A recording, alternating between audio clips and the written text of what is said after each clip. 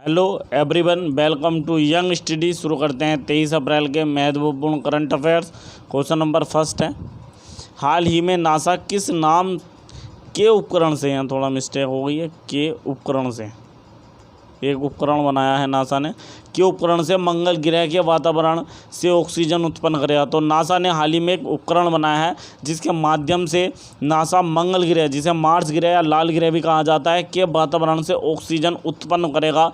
तो इस उपकरण का क्या नाम है? आंसर है ऑप्शन नंबर ए। क्या नाम है? मोक्सी। मोक्सी नामक उपकरण बनाया है नासा ने। मोक्सी नामक उपकरण बनाया है नासा ने मंगल ग्रह के वातावरण से ऑक्सीजन प्राप्त करने के लिए या उत्पन्न करने के लिए नासा ने मंगल ग्रह से ऑक्सीजन प्राप्त करने के लिए मोक्सी नामक उपकरण बनाया। बात है ये नासा की, तो नासा की फुल फॉर्म है national aeronautics and space administration. National aeronautics and space administration. NASA की स्थापना सन 1958 में की गई थी। नासा का मुख्यालय कहाँ पर है? तो नासा का मुख्यालय वाशिंगटन डीसी में नासा का मुख्यालय है। कहाँ पर है नासा का मुख्यालय?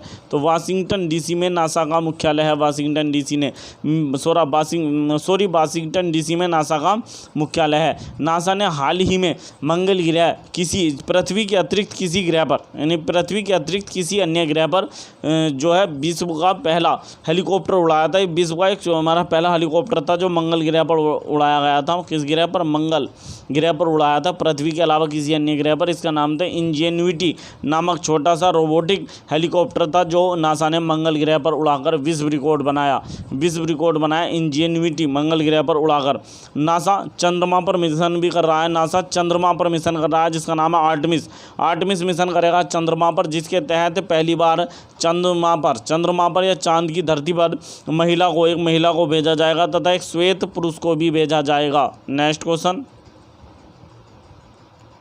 हाल ही में the state of the global climate 2020 report के अनुसार सबसे गर्म दशक कौन सा रहा? तो हाल ही में the state of the global climate 2020 report के अनुसार सबसे गर्म दशक कौन सा रहा? तो सबसे जो गर्म दशक रहा वो कौन सा रहा? आंसर है ऑप्शन नंबर सी। कौन सा? 2011 से 2020 का जो दशक है वो सबसे अधिक गर्म रहा। ये जो रिपोर्ट है वो किसने जारी की? तो विश्व मौसम संगठन विश्व मौसम संगठन WMO यानी वर्ल्ड मेट्रोलॉजिकल ऑर्गेनाइजेशन ने ये जारी की है। वर्ल्ड मेट्रोलॉजिकल ऑर्गेनाइजेशन अर्थात विश्व मौसम जो संगठन है, इसके द्वारा जो जारी की गई report the state of the global climate 2020 report के अनुसार सबसे गर्म दशक रहा 2011 से 2020 का दशक। ये अब बात आई है WMO की, यानी कि हमारा वर्ल्ड मेट्रोलॉजिकल ऑर्गेनाइजेशन अर्थात विश्व मौसम संगठन। तो इसकी स्थापना कब की गई थी? इसकी स्थापना की गई थी सन 1951 में। इसका मुख्यालय कहाँ पर है? तो जिनेवा में है। विश्व मौसम संगठन का मुख्यालय जिनेवा कहाँ पर पड़ता है? स्विट्जरलैंड का एक शहर है जिनेवा में। विश्व मौसम दिवस कब मनाया जाता है? तो विश्व मौसम विज्ञान दिवस मनाया जाता है प्रत्येक वर्ष 23 मार्च को। विश्व मौसम विज्ञान दिवस मनाया जाता है प्रत्येक वर्ष 23 मार्च को। विश्व मौसम विज्ञान दिवस मनाया जाता है प्रत्येक वर्ष 23 मार्च को। और 2021 में विश्व मौसम विज्ञान दिवस की थीम क्या रही थी? तो महासागर जलवायु और मौसम 23 मार्च को विश्व मौसम विज्ञान दिवस मनाया जाता है प्रतिवर्ष। और 2021 में इसकी थीम रही थी महासागर जलवायु और मौसम। नेक्स्ट क्वेश्चन, हाल ही में भारत ने किस देश के साथ प्लास्टिक कचरे को महासागर में रोकने के लिए समझौता किया है? तो हाल ही में भारत ने किस देश के साथ प्लास्टिक कचरा जो होता है वो महासागर में चला जाता है, तो उसके रोकने के लिए दोनों देश उस पर काम करेंगे। तो किस देश के साथ समझौता किया? Answer option number D. किस देश के साथ? जर्मनी के साथ भारत ने समझौता किया है। बात आई है जर्मनी की, तो जर्मनी की राजधानी क्या है? जर्मनी की राजधानी बर्लिन जर्मनी की राजधानी है। जर्मनी की मुद्रा यूरो है। जर्मनी की संसद का नाम क्या है? बुंडस्टैग ये जर्मनी की संसद का नाम है। वेरी इंपॉर्टेंट क्वेश्चन है। बुंडस्टैग जर्मनी की संसद का नाम है बुंडस्टैग। जर्मनी की जो चांसलर है उनका नाम है क्या है?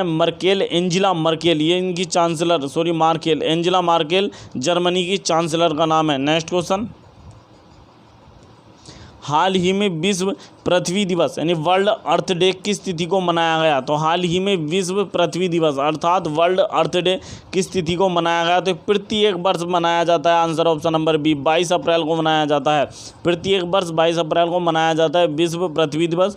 और 2021 में इसकी थीम क्या रही? तो 2021 में इसकी थीम रही रिस्टोर अवर अर्थ, रीस्टोर अवर अर्थ। ये इसकी 2021 में थीम रही। क्या रही 2021 में थीम? रीस्टोर अवर अर्थ 2021 में विश्व पृथ्वी दिवस की थीम रही। रीस्टोर अवर अर्थ अर्थात पृथ्वी को पुनर्स्थापित करना, इसकी थीम रही 2021 में विश्व पृथ्वी दिवस की थीम रही रीस्टोर अवर अर्थ अर्थात पृथ्वी को पुनर्स्थापित करना। सर शुरुआत कब की गई थी? तो पहला विश्व पृथ्वी दिवस 22 अप्रैल सन 1970 को पहली बार मनाया गया था। पहली बार विश्व पृथ्वी दिवस 22 अप्रैल सन 1970 को मनाया गया था। नेक्स्ट क्वेश्चन, हाल ही में ऊर्जा रूपांतरण सूचकांक में भारत का क्या स्थान रहा है? तो हाल ही में ऊर्जा रूपांतरण सूचकांक में भारत का क्या स्थान रहा है? ऊर्जा रूपांतरण सूचकांक में भारत का क्या स्थान रहा? तो भारत का जो स्थान रहा, आंसर ऑप्शन नंबर ए, कौन सा? 87वां स्थान रहा है ऊर्जा रूपांतरण सूचकांक में। टोटल कितने देशों में? तो 115 देशों में भारत का टोटल 115 देश शामिल किए गए इसमें भारत का 87वां स्थान रहा भारत का। पहले नंबर पर कौन रहा यानी ऊर्जा रूपांतरण सूचकांक में? तो पहले नंबर पर रहा स्वीडन। कौन रहा पहले नंबर पर? स्वीडन। और दूसरे नंबर पर कौन सा देश रहा? दूसरे नंबर पर रहा नॉर्वे। दूसरे नंबर पर नॉर्वे रहा, पहले नंबर पर स्वीडन रहा। जबकि भारत 115 देशों की सूची में कितने नंबर पर रहा? 87वें नंबर पर रहा ऊर्जा रूपांतरण सूचकांक 2021 में। नेक्स्ट क्वेश्चन, हाल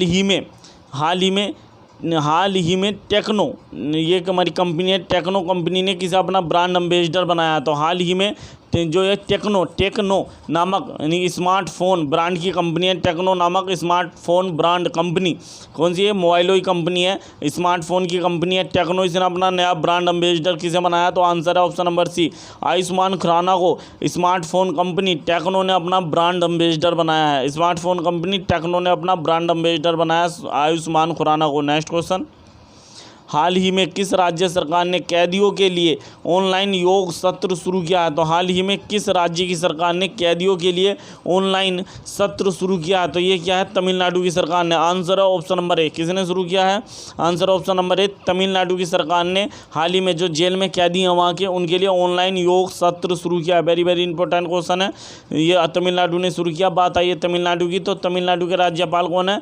तो तमिलनाडु के राज्यपाल है बनवारी लाल पुरोहित। ये तमिलनाडु के राज्यपाल है कौन है? बनवारी लाल पुरोहित तमिलनाडु के राज्यपाल हैं। कौन है तमिलनाडु के राज्यपाल? बनवारी लाल पुरोहित। तमिलनाडु के मुख्यमंत्री कौन है? ई.के. पलानीस्वामी तमिलनाडु के मुख्यमंत्री हैं। ई.के. पलानीस्वामी तमिलनाडु का मुख्यमंत्री। तमिलनाडु की राजधानी चेन्नई है।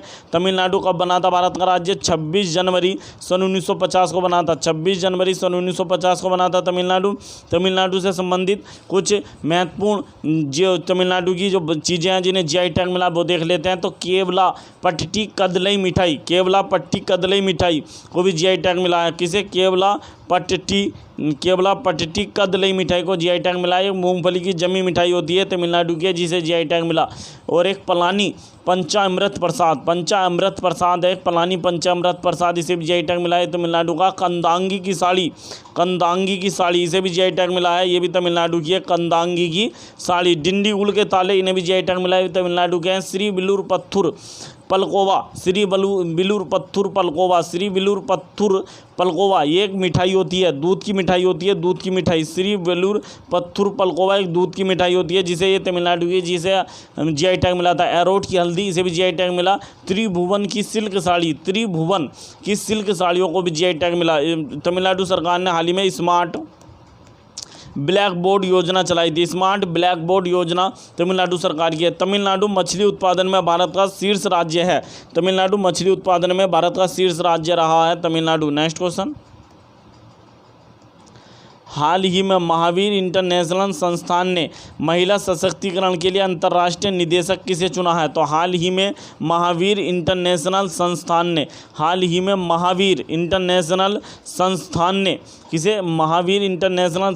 ने महिला सशक्तिकरण के लिए अंतर्राष्ट्रीय निदेशक किसे चुना है? तो आंसर है ऑप्शन नंबर ए, किसे? डॉक्टर रश्मि सरस्वती को चुना है। सरस्वती को चुना है। डॉक्टर रश्मि सरस्वती को चुना है। सॉरी, डॉक्टर रश्मि सरस्वती को इन्होंने, ये हमारा प्रमुख चुना है कि इन्होंने महावीर इंटरनेशनल संस्थान ने, महावीर इंटरनेशनल जो संस्थान है, उन्होंने महावीर इंटरनेशनल संस्थान ने किसे महिला सशक्तिकरण के लिए अंतर्राष्ट्रीय निदेशक चुना है? तो answer option number A, doctor Rashmi Saraswati को चुना है। डॉक्टर रश्मि सरस्वती को ये इन्होंने चुना है। नेक्स्ट क्वेश्चन, हाल ही में आईपीएल में 6000 रन पूरे करने वाले विश्व के पहले बल्लेबाज बने हैं। तो हाल ही में आईपीएल के इतिहास में 6000 रन पूरे करने वाले विश्व के पहले बल्लेबाज बने हैं। तो आंसर ऑप्शन नंबर डी, कौन बने हैं? विराट कोहली आईपीएल के इतिहास में सबसे अधिक रन बनाने वाले खिलाड़ी बन गए। इन्होंने सबसे पहली खिलाड़ी हैं जिन्होंने 6000 रन बनाए, और 6000वां जो रन है इन्होंने किस बॉलर की गेंद पर बनाया यदि पूछ लिया जाए तो क्रिस मॉरिस की बॉल पर इन्होंने 6000वां रन बनाया। 6000वां रन किस गेंदबाज की गेंद पर बनाया? क्रिस मॉरिस की गेंदबाज थे क्रिस मॉरिस। ये दक्षिण अफ्रीका के हैं और राजस्थान रॉयल्स के लिए खेलते हैं। विराट कोहली ने 6000 रन कितनी पारियों में बनाए? तो विराट कोहली ने 6000 रन 188 पारियों 6000 रन बनाए 188 पारियों में। एक ऑप्शन दिया यहाँ MS धोनी। तो महेंद्र सिंह धोनी आईपीएल के इतिहास में एक फ्रेंचाइजी के लिए कप्तान के रूप में 200 मैच खेलने वाले पहले खिलाड़ी हैं। क्या है क्वेश्चन, क्या है कि महेंद्र सिंह धोनी आईपीएल के इतिहास में एक फ्रेंचाइजी के लिए 200 मैच कप्तान के रूप में खेलने वाले पहले खिलाड़ी हैं। दूसरा ऑप्शन है एक संजू सैमसन आईपीएल के इतिहास में कप्तानी के रूप में डेब्यू करते समय शतक लगाने वाले पहले खिलाड़ी हैं। डेब्यू के रूप में शतक लगाने वाले पहले खिलाड़ी बने संजू सैमसन, और इन्होंने जो आईपीएल चल रहा है वर्तमान में 14वां संस्करण, उसका पहला शतक संजू सैमसन ने लगाया। और आईपीएल के इतिहास में कप्तानी के रूप में डेब्यू कर पहला भी शतक संजू सैमसन ने लगाया। एक ऑप्शन दिया है क्रिस गेल आईपीएल के इतिहास में 350 छक्के लगाने वाले 350 छक्के अर्थात 350 छक्के लगाने वाले पहले क्रिकेटर बने हैं। यहाँ क्वेश्चन था 6000 रन बनाने वाले पहले क्रिकेटर बने हैं विराट कोहली। नेक्स्ट क्वेश्चन, हाल ही में अंतर्राष्ट्रीय सूचना एवं संचार प्रौद्योगिकी में लड़कियों का दिवस 2021 में किस तिथि को मनाया गया? तो हाल ही में अंतर्राष्ट्रीय सूचना एवं प्रौद्योगिकी एवं संचार प्रौद्योगिकी में लड़कियों का जो दिवस होता है 2021 में कब मनाया गया? तो आंसर ऑप्शन नंबर बी, ये कब मनाया गया? 2021 में 22 अप्रैल को अंतर्राष्ट्रीय सूचना एवं संचार प्रौद्योगिकी में लड़कियों का दिवस मनाया गया। ये प्रत्येक वर्ष अप्रैल के चौथे बुधवार को मनाया जाता है। अप्रैल के चौथे गुरुवार यानी बृहस्पतिवार को मनाया जाता है। प्रत्येक वर्ष अप्रैल के चौथे गुरुवार अर्थात बृहस्पतिवार को मनाया जाता है। ये दिवस प्रत्येक वर्ष अप्रैल के चौथे गुरुवार अर्थात बृहस्पतिवार को मनाया जाता है। इस वर्ष की थीम क्या रही? तो इस वर्ष की जो थीम रही वो रही कनेक्टेड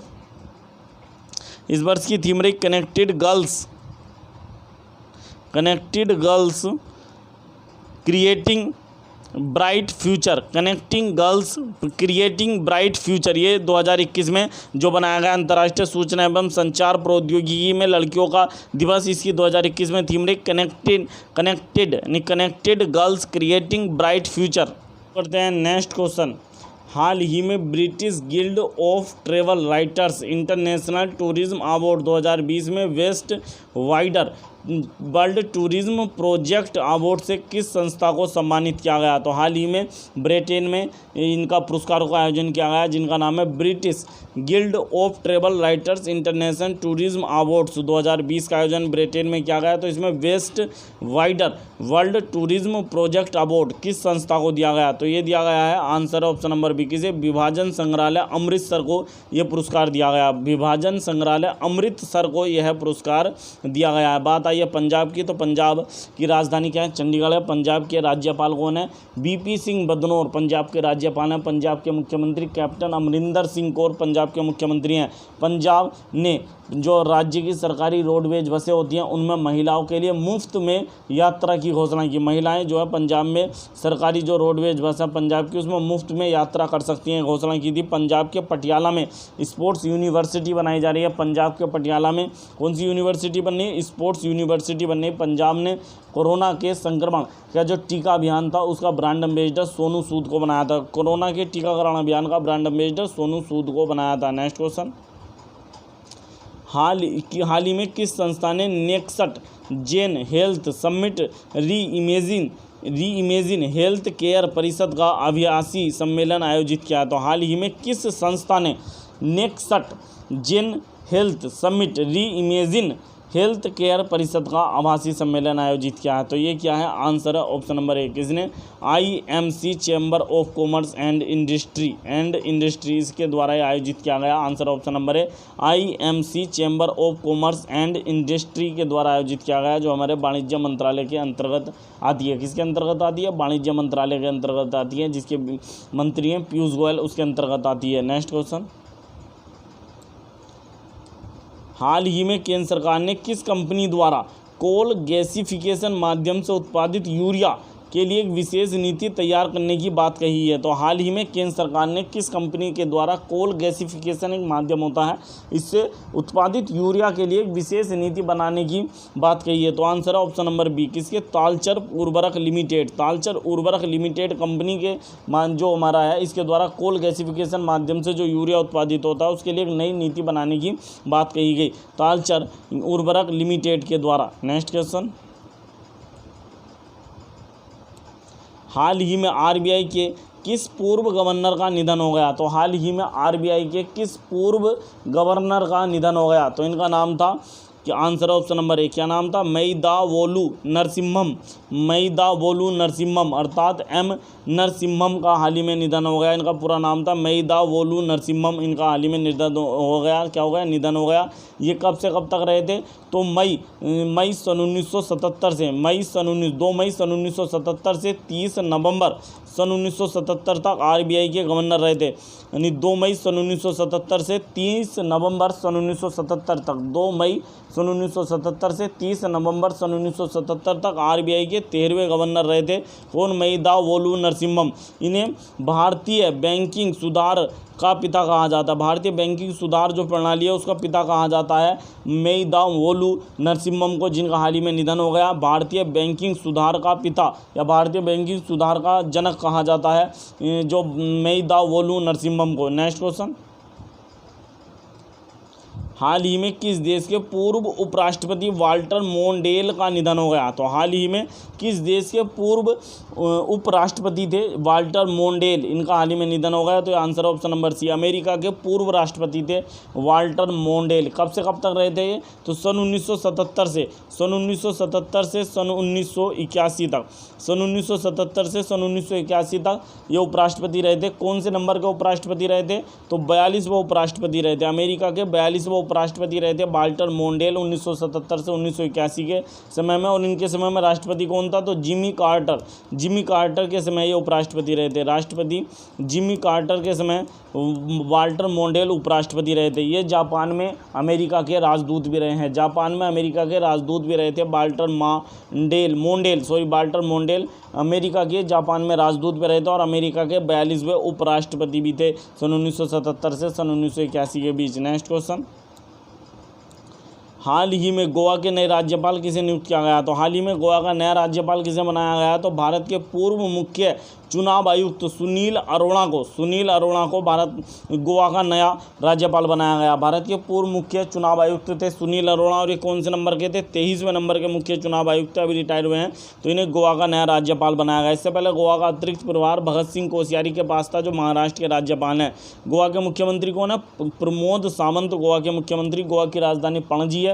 और वर्तमान में भारत के मुख्य चुनाव आयुक्त कौन बने हैं? तो वे 24वें नंबर के बने हैं सुशील चंद्रा, पहले थे 23वें नंबर के सुनील अरोड़ा, जिन्हें गोवा के नए राज्यपाल बना दिया गया है। नेक्स्ट क्वेश्चन, हाल ही में मोबाइल मार्केटिंग एसोसिएशन इंडिया के नए चेयरमैन कौन बने हैं? तो हाल ही में मोबाइल मार्केटिंग एसोसिएशन इंडिया के नए चेयरमैन कौन बने हैं? तो आंसर ऑप्शन नंबर बी, कौन बने? अमित जैन हाल ही में मोबाइल मार्केटिंग एसोसिएशन इंडिया के नए चेयरमैन बने हैं। मोबाइलों से संबंधित सभी नीति भारत में मोबाइल मार्केटिंग एसोसिएशन इंडिया बनाती है, तो इसके नए चेयरमैन बने हैं अमित जैन। नेक्स्ट क्वेश्चन, हाल ही में टीम इंडिया ने किसे अपना ब्रांड एम्बेसडर बनाया है? तो हाल ही में टीम इंडिया ने किसे अपना ब्रांड एम्बेसडर बनाया है? तो आंसर है ऑप्शन नंबर डी, ए और बी दोनों। ए ऑप्शन है वाशिंगटन सुंदर और देवदत्त पडिक्कल, इन दोनों को टीम इंडिया ने अपना ब्रांड एम्बेसडर बनाया। वाशिंगटन सुंदर और देवदत्त पडिक्कल को टीम इंडिया ने अपना ब्रांड एम्बेसडर बनाया। आंसर है ऑप्शन नंबर डी, ए और बी दोनों। नेक्स्ट क्वेश्चन, हाल ही में 18 साल से ऊपर के लोगों को कोरोना टीका मुफ्त देने वाला भारत का पहला राज्य बना है। 18 साल से ऊपर के लोगों को कोरोना टीका मुफ्त में देने वाला भारत का पहला राज्य बना। आंसर ऑप्शन नंबर सी, कौन? उत्तर प्रदेश। उत्तर प्रदेश के मुख्यमंत्री योगी आदित्यनाथ ने इसकी घोषणा की। उत्तर प्रदेश 24 जनवरी सन 1950 को बना था। उत्तर प्रदेश की राज्यपाल कौन है? आनंदीबेन पटेल उत्तर प्रदेश की राज्यपाल। उत्तर प्रदेश की राजधानी क्या है? लखनऊ उत्तर प्रदेश की राजधानी है। नेक्स्ट क्वेश्चन, हाल ही में मिगुएल डियाज कैनेल किस देश के नए राष्ट्रपति बने हैं? तो हाल ही में मिगुएल डियाज कैनेल किस देश के नए राष्ट्रपति बने हैं? तो ये बने हैं क्यूबा के नए राष्ट्रपति बने हैं। आंसर है ऑप्शन नंबर बी, क्यूबा के नए राष्ट्रपति बने। क्यूबा उत्तरी अमेरिका महाद्वीप का एक देश है। क्यूबा की राजधानी क्या है? तो क्यूबा की राजधानी हवाना क्यूबा की राजधानी। और क्यूबा की मुद्रा क्या है? तो पीसो क्यूबा की मुद्रा है। क्या है? पीसो क्यूबा की मुद्रा और राजधानी हवाना है। क्यूबा के नए राष्ट्रपति बने Miguel Diaz Canel. Next question, हाल ही में संस्कृत व्याकरण आचार्य में गोल्ड मेडल जीतने वाली प्रथम मुस्लिम महिला बनी है। तो हाल ही में संस्कृत व्याकरण आचार्य में गोल्ड मेडल जीतने वाली प्रथम महिला मुस्लिम कौन बनी है? तो आंसर है ऑप्शन नंबर सी, कौन बनी है? असमत परवीन। कौन बनी है? आंसर ऑप्शन नंबर सी, असमत परवीन संस्कृत व्याकरण आचार्य में गोल्ड मेडल पाने वाली प्रथम मुस्लिम महिला बनी है असमत परवीन। एक ऑप्शन यहाँ दिया है निगार जौहर पाकिस्तान में पहली महिला लेफ्टिनेंट जनरल बनी है। निगार जौहर पाकिस्तान की पहली महिला लेफ्टिनेंट जनरल है, लेकिन असमत परवीन संस्कृत व्याकरण आचार्य में गोल्ड मेडल पाने वाली प्रथम मुस्लिम महिला बनी। नेक्स्ट क्वेश्चन, हाल ही में आकाशदीप पुरस्कार से सम्मानित किस महान बंगला कवि का निधन हो गया? तो हाल ही में आकाशदीप पुरस्कार से सम्मानित किस महान बंगला कवि का निधन हो गया? तो इनका नाम है, आंसर ऑप्शन नंबर ए, क्या था? शंख घोष महान बंगाल के कवि थे। कवि के अतिरिक्त ये महान आलोचक तथा शिक्षाविद भी थे। शंख घोष, इनका हाल ही में निधन हो गया। इन्हें आकाशदीप पुरस्कार से सम्मानित किया गया था। आकाशदीप पुरस्कार जो अमर उजाला फाउंडेशन द्वारा दिया जाता है, अमर उजाला का जो अखबार होता है उस फाउंडेशन द्वारा दिया जाता है। शंख घोष को सन 1977 में साहित्य अकादमी पुरस्कार से भी सम्मानित किया गया था। सन 1977 में साहित्य अकादमी पुरस्कार दिया गया था। इनकी पुस्तक बाब रेर, कौन सी पुस्तक थी इनकी? किस पुस्तक के लिए दिया गया था? बाब रेर प्रार्थना के लिए इन्हें 1977 में बाब रेर प्रार्थना नामक पुस्तक के लिए 1977 में साहित्य अकादमी पुरस्कार मिला था। सन 2016 में ज्ञानपीठ पुरस्कार से भी सम्मानित किया गया था शंख घोष को। और 2011 में पद्म भूषण पुरस्कार से भी सम्मानित किया गया था। किस पुरस्कार से? पद्म भूषण पुरस्कार से भी सम्मानित किया गया था 2011 में। इन्हें जो ये शंख घोष थे, इन्हें आधुनिक जो बांग्ला साहित्य का पांडवों में से एक थे। आधुनिक बांग्ला साहित्य के जो पांडव हैं उनमें से एक थे शंख घोष। इनका हाल ही में निधन हो गया। 5 पांडव थे, तो इनमें से एक थे हमारे आधुनिक बांग्ला साहित्य 5 पांडवों में। एक कौन है? शक्ति चट्टोपाध्याय हैं, एक सुनील गंगोपाध्याय हैं, उत्पल कुमार हैं और एक हैं विनोय मजूमदार। ये 5 शंख घोष शक्ति चट्टोपाध्याय, सुनील गंगोपाध्याय, उत्पल कुमार तथा विनोय मजूमदार, ये आधुनिक बांग्ला साहित्य के 5 पांडव थे। इनमें से एक पांडव चले गए जिनका नाम है शंख घोष। नेक्स्ट है कि हाल ही में फरीद साबरी का भी निधन हो गया। ये कौन थे? तो प्रसिद्ध कव्वाल थे। कव्वाल, बहुत महत्वपूर्ण कव्वाली करते थे, कव्वाली से प्रसिद्ध थे फरीद साबरी। आपने यानी साबरी ब्रदर्स का नाम तो सुना होगा, साबरी ब्रदर्स का नाम सुना होगा। कव्वाली के लिए बहुत प्रसिद्ध है साबरी ब्रदर्स। इनके भाई अमीन साबरी और इनके पिता सईद साबरी और ये फरीद साबरी, तीनों ही कव्वाल बहुत महत्वपूर्ण भारत के कव्वाल हैं। तो ये साबरी ब्रदर्स के नाम से जाने जाते थे। इनमें से फरीद साबरी का हाल ही में निधन हो गया। इनमें हाल ही में डांखलला के जनक मोहन आलोक का भी निधन हो गया। हाल ही में डांक लला ये क्या है, तो डांक लला एक लोकप्रिय विधा है, लोकप्रिय लिखने की एक विधा होती है एक। तो डांक लला के जनक मोहन आलोक का निधन हो गया। ये राजस्थानी भाषा के महान कवि थे। डांक लला के जनक आलोक का निधन हो गया, राजस्थान भाषा के महान कवि थे। इन्हें सन 1983 में साहित्य अकादमी पुरस्कार से भी सम्मानित किया गया था। सन 1983 में साहित्य अकादमी पुरस्कार से भी सम्मानित किया गया था। डांक लला लिखने की एक कला होती है जिसके जनक थे मोहन आलोक। इनका हाल ही में निधन हो गया, राजस्थानी भाषा के महत्वपूर्ण कवि थे। यदि आपको हमारी वीडियो पसंद आई हो तो प्लीज़ वीडियो को ज़्यादा से ज़्यादा शेयर करें, चैनल को सब्सक्राइब करना ना भूलें, वीडियो को लाइक करें। मिलते हैं नेक्स्ट वीडियो में। Thank you.